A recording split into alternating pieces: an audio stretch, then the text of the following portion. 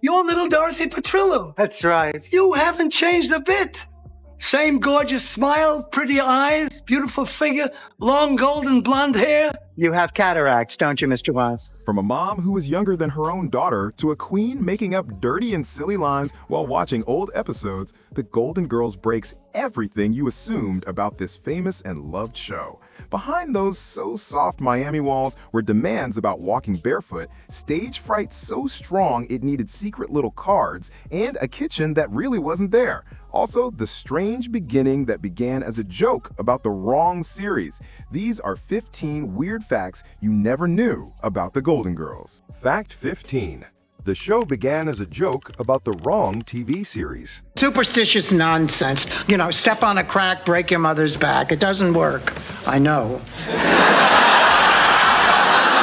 The Golden Girls, one of the most loved sitcoms in TV history, began as a total accident, a comedy bit that was never supposed to be taken seriously. In 1984, NBC was getting ready for its fall season and chose to hold a special preview event to show its new programs to advertisers in the media. One of the new shows being shown off was Miami Vice, the cool cop drama with Don Johnson in pastel suits that would come to represent 80s television. Two actresses, Selma Diamond from Night Court and Doris Roberts from Remington Steele, were brought in to help present the network's lineup. But what happened next would change TV history forever. During their part of the presentation, the two comedians performed an unscripted skit where they pretended to mix up what Miami Vice was really about. Instead of a dark and gritty crime show, Diamond and Roberts jokingly talked about a show called Miami Nice, showing it as a story about older retirees in Florida playing cards, taking dance lessons, and relaxing on the beach in their mink coats. The audience at the preview event loved the idea, laughing at the silly thought of a show focused on senior citizens instead of cool detectives. NBC executive Brandon Tartikoff, who was there, found himself fascinated by the accidental idea and began to wonder if the joke could actually become something real. The network kept the working title Miami Nice for a long time during early planning, but finally decided it would be too confusing to have both Miami Vice and Miami Nice on the same network. When creator Susan Harris joined to turn the idea into a real series, the show was renamed The Golden Girls, and television would never be the same. Fact 14. Sophia's mom was younger than her daughter. Dorothy, can I make a little suggestion when you go for your makeover? Sure, what is it? Don't expect a miracle. One of the strangest casting situations in TV history happened on The Golden Girls, where the actress playing the mother was actually younger than the actress playing her daughter. Estelle Getty, who played the sharp-tongued Sicilian mother Sophia Petrillo, was 62 years old when the show first aired in 1985, while Bea Arthur, who played her daughter Dorothy Zabornak, was 63 years old at the time. This meant Getty was not only playing a character almost 20 years older than she really was, but she was also a full year younger than the woman who was supposed to be her on-screen child. The work needed to make this switch in ages believable was truly amazing and required a huge amount of effort from the makeup team every single day of filming. Each morning before taping, Getty sat in the makeup chair for 45 minutes while artists added prosthetic pieces to give her wrinkles and age spots on her face, along with carefully added aging makeup to make her skin look older and more worn. They also put a gray wig on her to finish the look of an 80-something-year-old woman. Since Getty's real hair was still dark and youthful, the final result looked so real that audiences never questioned the age difference, fully believing she was the elderly head of the family. Getty almost didn't get the part at all because during her first audition, the producers thought she looked way too young to play Dorothy's mother.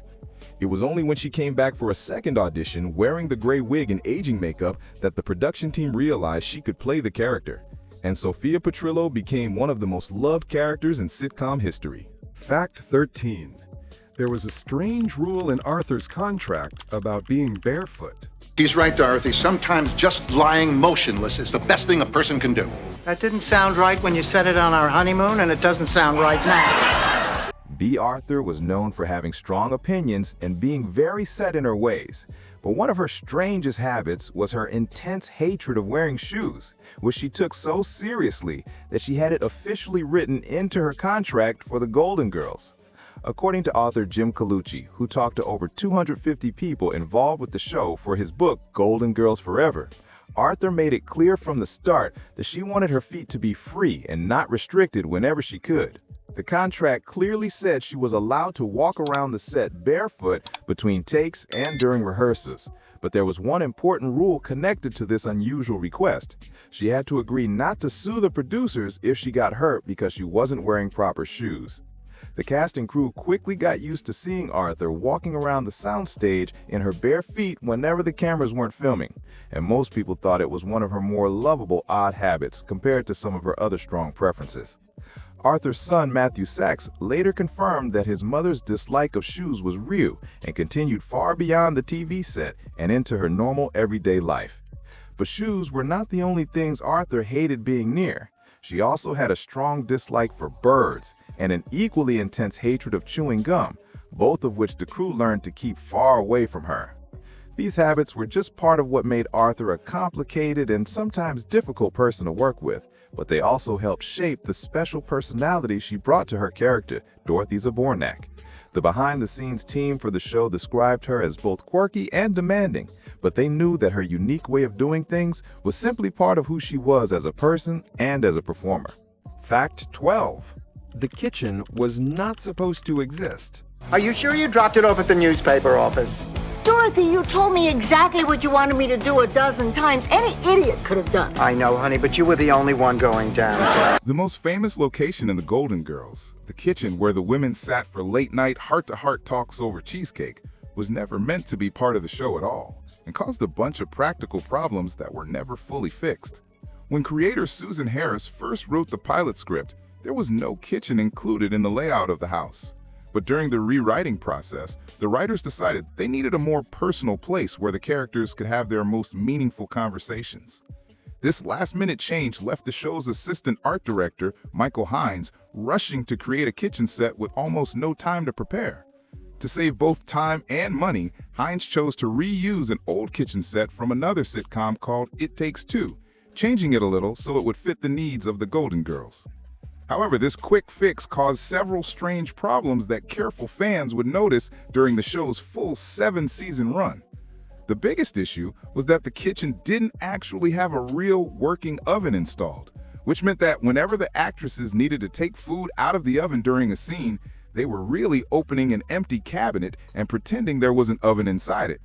The even larger problem was that adding the kitchen to the layout made the floor plan of the whole house totally impossible when you tried to figure out where all the rooms were supposed to be based on where the kitchen sat compared to the other rooms viewers saw. Rose's bedroom would have technically ended up in the backyard, and it became impossible to know where the garage was supposed to be.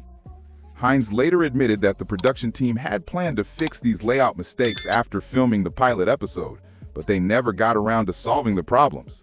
Fact 11. George Clooney appeared in a cameo to get health insurance. Nothing wrong with my taste. You've seen that ring that I picked out for Dorothy. Actually, he was going for a bracelet, but the mechanical claw grabbed the ring. Long before George Clooney became one of Hollywood's biggest stars with roles in huge movies and the hit medical show ER, he was a struggling actor trying hard to find enough jobs to keep his health insurance active. In 1987, Clooney appeared in Season 2 of The Golden Girls in an episode called To Catch a Neighbor, playing an undercover detective named Bobby Hopkins, who works with his partner to watch the girls' house while they investigate their neighbors for selling stolen jewelry. While the role let Clooney show off his charm and talent next to the famous cast, the real reason he accepted the job was much more practical and showed just how tough his career situation was at the time. According to reports from the New York Post, Clooney's agent asked for the guest role on The Golden Girls so the young actor could keep his medical insurance through the Screen Actors Guild. Like many actors trying to make it in the business, Clooney was stuck in a stressful cycle where he needed to work a certain number of days each year to get health benefits. But without steady jobs, reaching those required days was always a big challenge. The Golden Girls appearance helped him meet the minimum number of workdays he needed to keep his insurance active during a time when he had no regular TV roles and was jumping between small guest parts on different shows. Years later, when Clooney was on The Drew Barrymore Show, he happily remembered his time on The Golden Girls, calling it a fun experience and praising Betty White as a godsend, while saying Bea Arthur was the funniest person in the world with a filthy funny sense of humor that made him laugh all the time on set. Fact 10. Betty and Rue were originally going to switch roles. One thing I know for sure, I have not lost my hourglass figure. But it looks like somebody poured about 90 minutes of extra sand in the glass. So when The Golden Girls was first being cast, the producers had a very different idea for which actress would play which character, choosing roles based on the kinds of parts Betty White and Rue McClanahan had become known for in their earlier work.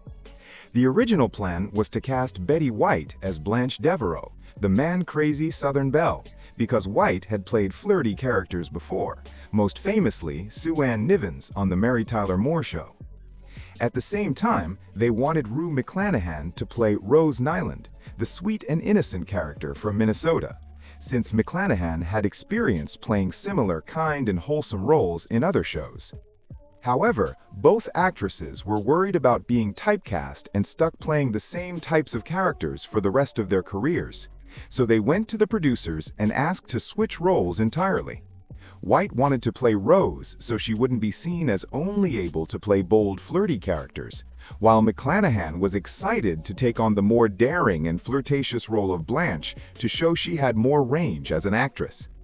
The producers agreed to let them trade parts, and this decision became extremely important to the show's success in a way no one expected at the time. Bea Arthur had first been unsure about joining the Golden Girls because she thought playing Dorothy alongside McClanahan would feel too much like their earlier work together on the sitcom Maude, where they had played characters with a very similar relationship. When Arthur heard that White and McClanahan had switched roles, she became far more interested in the project because it meant the show would feel new and different instead of repeating what they had already done together. And she finally agreed to take the part that would shape and define her career. Fact 9. Sophia's purse was bought from a thrift store.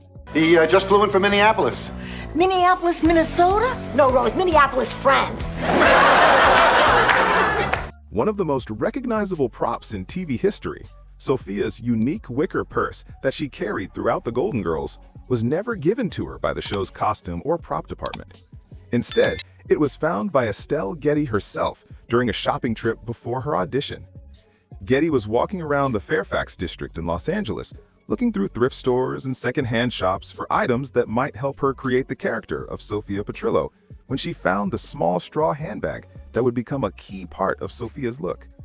She bought the purse and brought it to her audition, and the producers loved how perfectly it matched the image of an elderly Sicilian woman, so they kept it as part of Sophia's appearance for the entire 7-season run of the show. The purse ended up serving a much more important purpose than anyone expected, becoming a crucial tool that helped Getty deal with the severe stage fright she struggled with throughout the series. Even though she won an Emmy for her performance, Getty suffered from intense anxiety when acting in front of the live studio audience, made even worse because she was the least experienced TV actress among the 4 leads and felt nervous working with seasoned stars like Betty White and Bea Arthur. As her memory problems got worse because of the anxiety, Getty started writing her lines on the wicker purse and on other props she could secretly look at during filming, turning the harmless little accessory into a hidden cue card that helped her get through scenes when she froze and forgot what she was supposed to say next. Fact 8. Princess Diana and Freddie Mercury made up naughty lines as they went along. Dorothy, should I get Sophia a glass of water? No, Rose, you should sit here and watch her hack herself to death. Are you sure? Get the water! The Golden Girls had fans in some of the most unexpected places, including 2 of the most famous people in the world during the 1980s, who used the show for their own private entertainment in a very unusual way. According to a book called The Power of Positive Drinking, written by British comedian Cleo Rokos, Princess Diana and Freddie Mercury, the legendary lead singer of the rock band Queen, were close friends who both loved the Golden Girls, but they didn't watch the show the way most people did. Rokos described an afternoon when the Princess of Wales and the rock star spent time together at Mercury's home drinking champagne and watching reruns of the Golden Girls on TV. But instead of listening to the real dialogue and storylines, they turned the sound completely off. With the volume muted, Diana and Mercury watched the scenes play out quietly and then made up their own dialogue for Dorothy, Rose, Blanche, and Sophia, creating what Rokos said were much naughtier storylines that were far more risky and adult than anything network television would have allowed in the 1980s. The two famous friends took turns doing the voices for the characters, making up wild and inappropriate scenes while laughing non-stop at their own improvised jokes, turning the wholesome sitcom into something totally different just for their own fun. This strange viewing habit showed not only how much Princess Diana and Freddie Mercury enjoyed the Golden Girls, but also revealed a playful and rebellious side to both of them that the public almost never saw, as they relaxed in private and used the beloved show as a backdrop for their own creative and slightly scandalous entertainment. Fact 7. The Queen Mother asked for a royal performance. I slipped through the cracks of the St. Olaf school system. It's very hard to believe. I've seen you almost complete a TV Guide crossword puzzle. The Golden Girls became so popular that it attracted fans from all walks of life, including one of the most important members of the British royal family, who used her influence to bring the show across the Atlantic for a very special event. Queen Elizabeth, the Queen Mother, who was said to be a huge fan of the series, personally asked the cast of the Golden Girls to travel to London to perform live as their characters during the 1988 Royal Variety performance at the famous Palladium Theatre. This yearly charity event usually featured Britain's top entertainers performing for members of the royal family, so having an American sitcom cast included was very unusual and showed just how much the Queen Mother loved the show. The four actresses agreed to the royal request and flew to London to perform a 7-minute sketch in front of Queen Elizabeth the Queen Mother, Queen Elizabeth II, Princess Anne, and other members of the royal family, along with a theater full of distinguished guests. Knowing they would be performing for royalty, the cast decided to tone down some of the raunchier jokes from their usual material to avoid offending their hosts, carefully choosing which parts of their humor would be suitable for such a formal and prestigious occasion. Even with the jokes made milder, the sketch still got big laughs from the royal audience, especially when Sophia delivered a classic zinger aimed at Blanche about getting intimate with a paramedic shortly after becoming a widow. Betty White later talked about the experience in an online question-and-answer session, saying it was very exciting and noting that the Queen was lovely, though the cast had been told not to speak to her unless she spoke to them first. Fact 6. Dorothy's earrings were all clip-ons, and they made her ears numb. Must be my lucky day. I usually end up sitting next to a fat, sweaty man who insists on taking his shirt off. What kept you? Dorothy's Bornak's bold and dramatic earrings became one of her most recognizable fashion statements throughout the Golden Girls, with fans often admiring the impressive collection of chunky, eye-catching jewelry that perfectly matched her flowing shirts and shoulder pads, which defined 1980s style. However, what viewers didn't know was that every single pair of those distinctive earrings Dorothy wore over 7 seasons were clip-ons, not pierced earrings, because Bea Arthur had never had her ears pierced in her life. The show's stylist, Judy Evans, had to carefully choose only clip-on earrings for Arthur's character, which limited the options somewhat, but still created a memorable and iconic look that became inseparable from Dorothy's image. While Arthur liked how the bold earrings added to her character's presence and gave Dorothy a dramatic appearance that helped define her personality, she was honest about the discomfort that came with wearing clip-on earrings for long hours during filming. Arthur openly admitted that by the end of each workday on set, after wearing the heavy clip-ons through rehearsals and multiple takes of scenes, her ears would be completely numb from the constant pressure of the clips on her earlobes.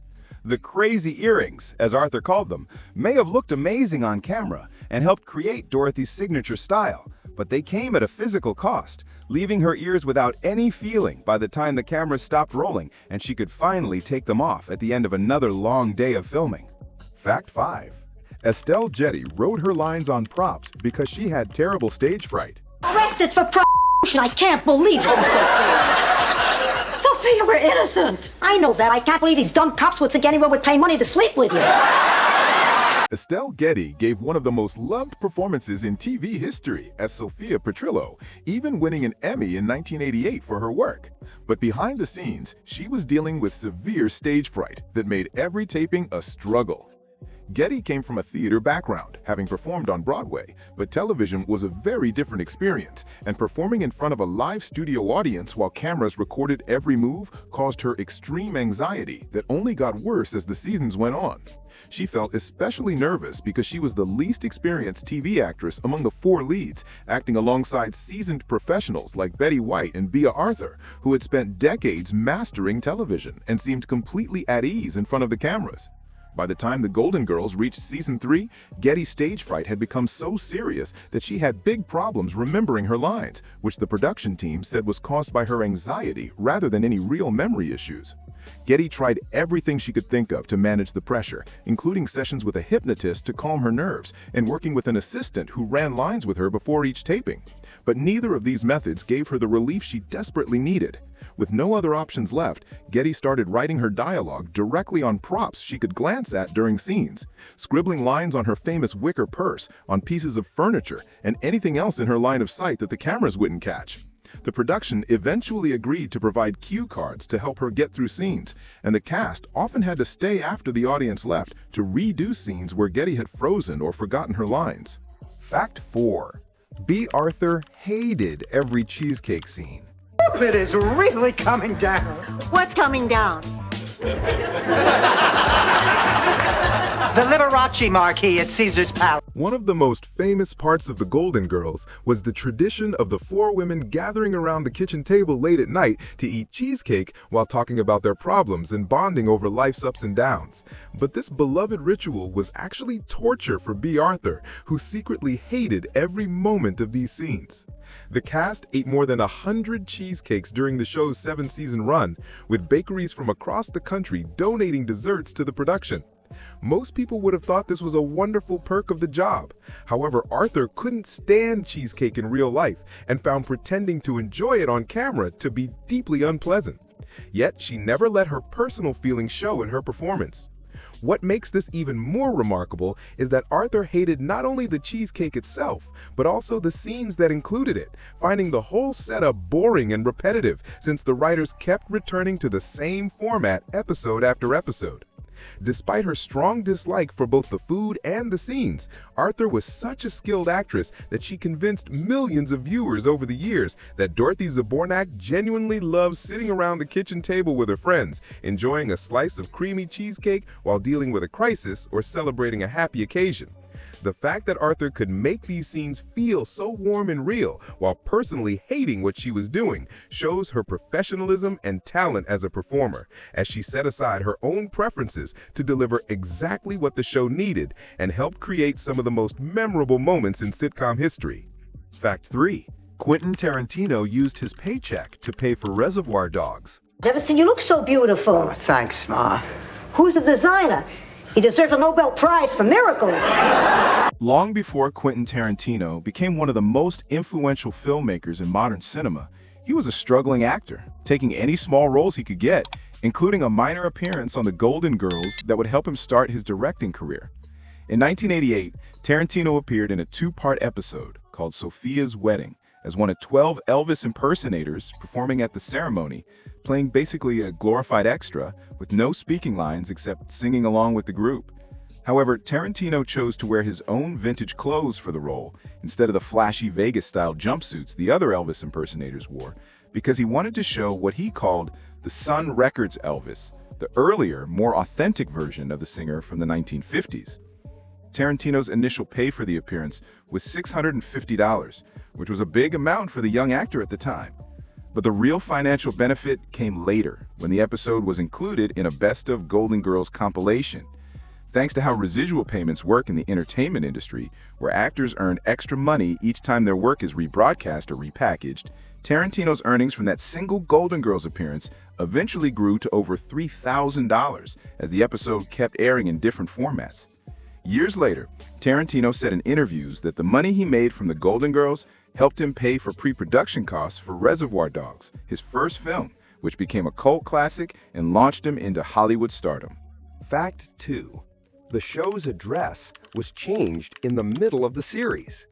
I can't see myself swinging my hips and wildly gyrating my pelvis. I am not interested. And the world heaves a collective sigh of relief. The Golden Girls may have been set in Miami, Florida, but the show couldn't keep track of the actual address where the characters lived, creating a continuity error that sharp-eyed fans noticed throughout the series.